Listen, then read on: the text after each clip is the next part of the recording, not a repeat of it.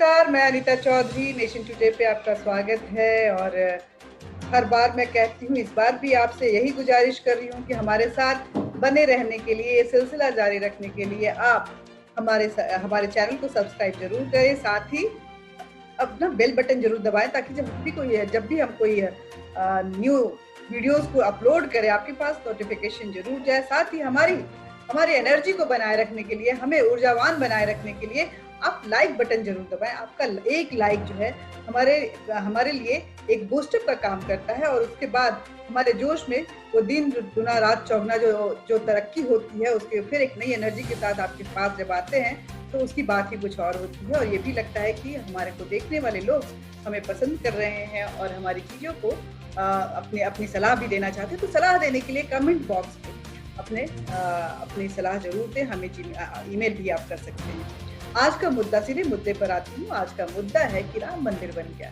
राम मंदिर को लेकर के, इस निर्माण को लेकर के देश में बिना किसी भेदभाव के, न जात धर्म की परवाह किए बिना पूरा भारत एकजुट होकर इसका बहुत जो भव्य स्वागत है वो किया। ग्रैंड वेलकम हुआ।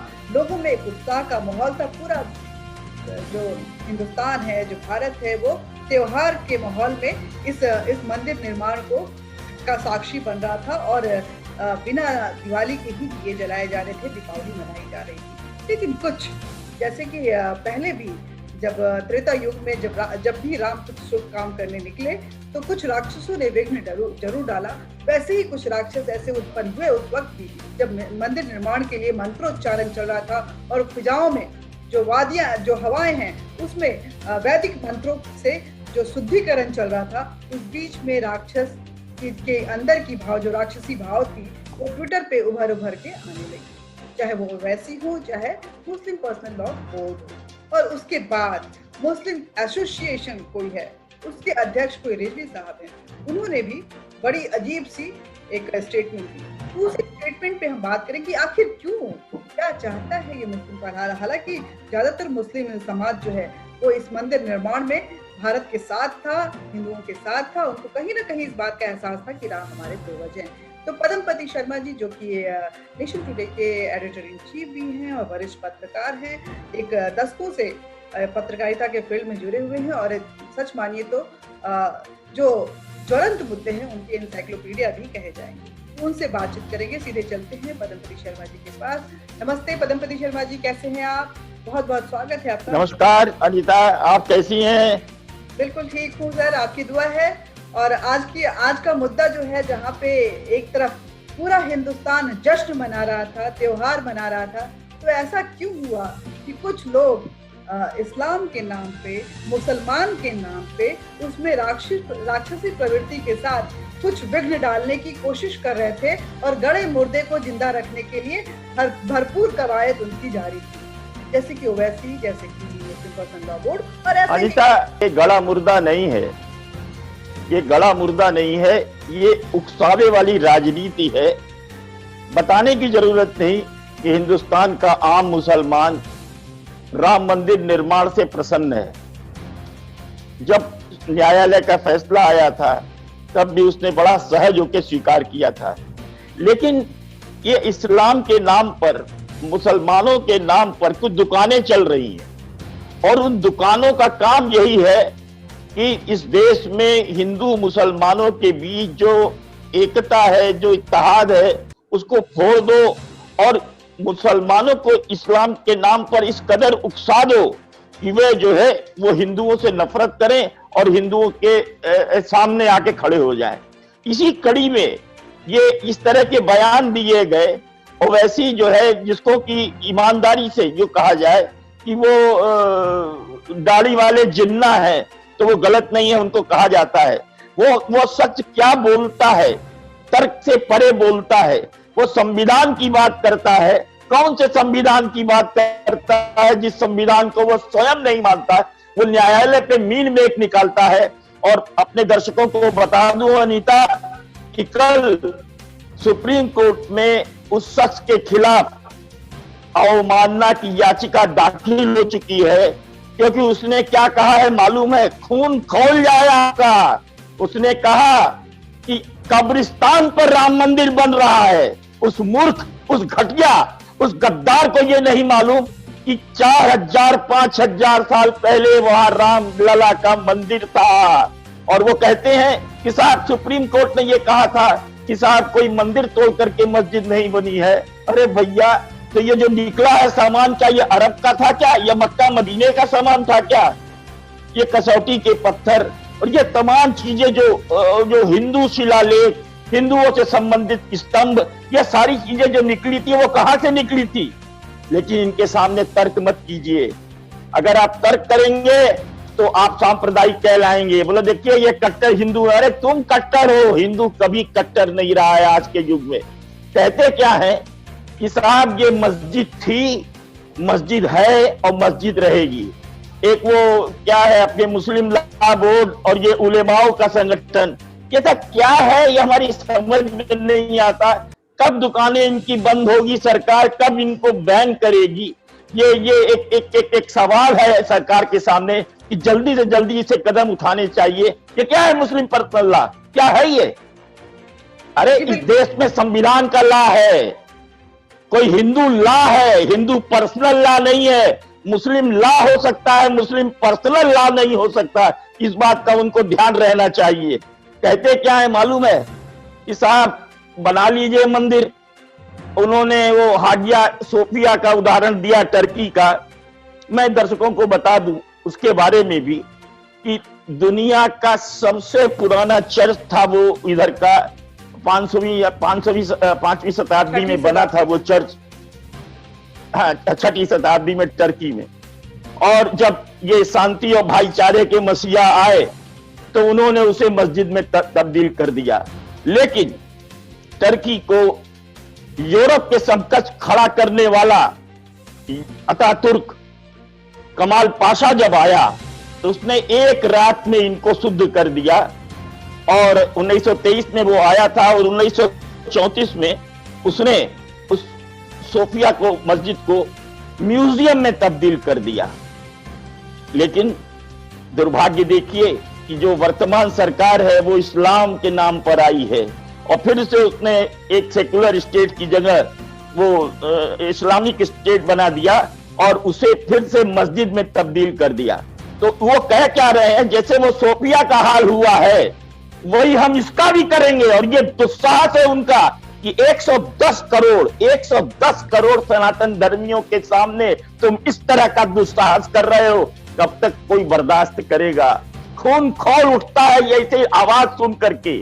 और ये आवाज हमको नहीं दी जा रही है, पदमपति शर्मा ये दी जा रही है आवाज। 1 मिनट अनीता, ये दी जा रही है अपने इस्लाम के लोगों को, मुसलमानों को दी जा रही है। खड़े हो जाओ और गृह युद्ध के लिए तैयार रहो। ये सिविल वॉर की चेतावनी दी जा रही है। बिल्कुल सही कहा आपने कि सिविल वॉर की चेतावनी दी जा रही है, क्योंकि आपको बता दें कि हर बार राम को लेकर के मुस्लिम समुदाय के कुछ लोग जो हैं, जो ओवैसी जैसे कुछ कट्टरपंथी सोच के लोग, जो कि पता कहीं ना कहीं उनको गुमान है कि वो बाबर के वंशज हैं और बाबर के वंशज होकर अभी भी हिंदुस्तान पे राज कर रहे हैं, तो उनको बताने की जरूरत है। साफ साफ प्रधानमंत्री नरेंद्र मोदी ने भी कहा कि भले ही इमारतें गिरी लेकिन राम के अस्तित्व को कोई मिटा नहीं सका। राम हर युग में जिंदा रहे, ये नाम हर युग में जिंदा रहा और ये लड़ाई निरंतर चलती रही है। 500 साल की ये लड़ाई आज जीत में तब्दील हुई है। राम को न्याय मिला है सुप्रीम कोर्ट को अपने ही देश में। तो ये जो ओवैसी जैसे कुछ लोग हैं, वैसे मैंने देखा कि फेसबुक पे और ट्विटर पे ये ट्रेंड बहुत ज्यादा, ऐसा लगा कि मुस्लिम समुदाय का एक बड़ा तबका जो है हिंदुस्तान में, वो बाबरी मस्जिद को, कि इस राम मंदिर को लेकर, निर्माण को लेकर के कहीं ना कहीं दुखी था और ओवैसी को बैकअप दे रहा था। और जिस तरह के पोस्ट आ रहे थे वो कहीं ना कहीं ऐसा लग रहा था कि ये फिर से एक बार जो राजनीतिक मुद्दा, राम मंदिर मुद्दा, वो मर चुका है, उसका कोई अब अस्तित्व नहीं रहेगा बाबरी के विवादित गुंबज के साथ। जी मैं अभी आपके पास ही आ रही हूँ। तो उसके बाद आखिर इसको जिंदा रखने की क्या कोशिश है, क्यों कोशिश है? इस राजनीतिक मुद्दे को जिंदा रखे क्या अपनी राजनीतिक रोटियां सेकना चाहते हैं और मुस्लिम समुदाय को एक कट्टरपंथी समुदाय के रूप में भारत में स्थापित करना चाहते हैं, जिनसे जो है जो देश जो है वो बटा रहे और इनकी रोटियां सेकती रहे। जी पद्मपति शर्मा जी, क्या ऐसा आपको लग रहा है कि ऐसी कुछ चीजें हैं? अनिता एक सेकंड के लिए मैं तुम्हें डिस्टर्ब करूंगा। देखो, ये इनको की जो बातें हैं वो तर्कहीन है। तर्क का इनके यहाँ कोई औचित्य नहीं है। वो जब कहते हैं कि ये मस्जिद थी, ये मस्जिद है और ये मस्जिद रहेगी, तो वो भूल जाते हैं कि हिंदुस्तान में 30,000 से ज्यादा मंदिरों का ध्वंस करके इन शांति और भाईचारे के मसीहाओं ने, विदेशी आक्रांताओं ने मस्जिद तीमार की है। तो हम ये कह सकते हैं। और एक बात बता दूं, दर्शकों को भी बता दूं जिनको नहीं मालूम है, कि मस्जिद कोई पवित्र स्थान नहीं है। मस्जिद तो सिर्फ और सिर्फ नमाज पढ़ने की एक जगह है, और वो नमाज कहीं भी पढ़ी जा सकती है, चाहे वो घर हो, सड़क हो, कहीं भी हो, आप कहीं भी पढ़ सकते हैं। लेकिन मंदिर एक पवित्र जगह है जहां विग्रहों की प्राण प्रतिष्ठा की जाती है और वहां उन्हें जीवित देवता के रूप में पूजा जाता है। तो ये उन मंदिरों को उन्होंने गिराया है और अपने आधिपत्य की कोशिश की है। तुम्हें नहीं मालूम कि जहां गंगो जमुनी सरस्वती संस्कृति की बात होती है अनीता, वो कश्मीर में जानते हैं आप 1200 मंदिरों को तोड़ दिया गया। और मुझे ये कहते हुए शर्म आती है कि उन 1200 मंदिरों में इतने को तो पेशाब घर में तब्दील कर दिया गया। इससे बड़ी विडंबना क्या होगी हमारे देश में, जो हिंदुओं का एकमात्र देश है। और मुझे तो लगता है कि अब समय आ गया है कि हिंदू राष्ट्र होना चाहिए। मुझे याद है कि एक खालिद साहब हैं, इंग्लैंड के, ब्रिटेन में रहते हैं, पाकिस्तानी है और वो एडवोकेट हैं। उनका ये कहना है कि भारत के लिए अगर कोई भी धर्म हो सकता है, अरे कोई भी राष्ट्रीयता हो सकती है, वो है हिंदू राष्ट्र। क्योंकि हिंदू राष्ट्र ही कैसा है कि सर्वे सुखिनः सन्तु सर्वे सन्तु निरामया, जो विश्व कल्याण की बात करता है, वो ये नहीं कहता कि जो हमारे मजहब का नहीं है उसे जीने का हक नहीं है।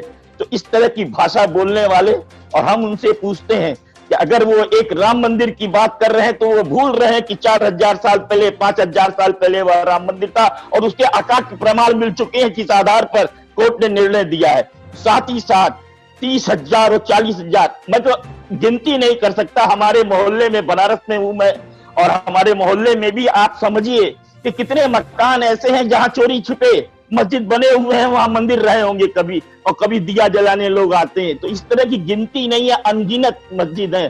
क्या हम उन्हें मंदिरों में तब्दील करें? क्या वो ये चाहते हैं? और क्या किस तरह की बात करते हैं?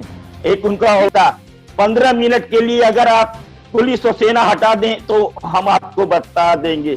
ऐसा बोलने वाला आज भी जेल के बाहर है, अभी तक उसे सजा नहीं हुई है, वो केस चल रहा है। इस तरह की भाषा बोली जा रही है और हम चुप हैं। देखो, एक बात मैं आपको बता दूं, सरकारों से काम नहीं चलेगा अनीता, सरकारें आती रहेंगी। हो सकता है निश्चित रूप से कि 24 में भी यही सरकार पुनः आएगी, क्योंकि जो देख रहे हैं हम उसका हाल क्या है। लेकिन अगर इनको शुद्ध करना है तो सनातनियों को उठ खड़ा होना होगा, उन्हें जवाब देने के लिए तैयार रहना पड़ेगा। हमारे जयचंदों को जवाब देना होगा, क्योंकि जयचंद हर युग में रहे हैं। आज भी जयचंद के रूप में आप एक कांग्रेस के परिवार को देख सकती हैं, शशि थरूर को देख सकती हैं, अय्यर को देख सकती हैं, दिग्विजय सिंह को देख सकती हैं। ये क्या है? ये कौन सी भाषा बोल रहे हैं? एक भाषा निकली, खाली 5 तो फट गई, वोट के कारण निकली, है राम मंदिर। लेकिन कर क्या रहे हैं? रोज वो विरोध कर रहे हैं, विरोध की राजनीति कर रहे हैं। वो हिंदुत्व को कट्टरवाद बताते हैं, हिंदुओं को आतंकवाद बताते हैं। शर्म नहीं आती? उसका जवाब एक सामान्य सनातन धर्मी को देना होगा, और जब तक वो उठ खड़ा नहीं होगा, वो कुछ मौन रहेगा, तब तक इनकी भाषा इसी तरह रहेगी। अनीता जी, बहुत अच्छी बात कही आपने। क्योंकि समय कम है इसलिए हम इस बातचीत को विराम देते हैं।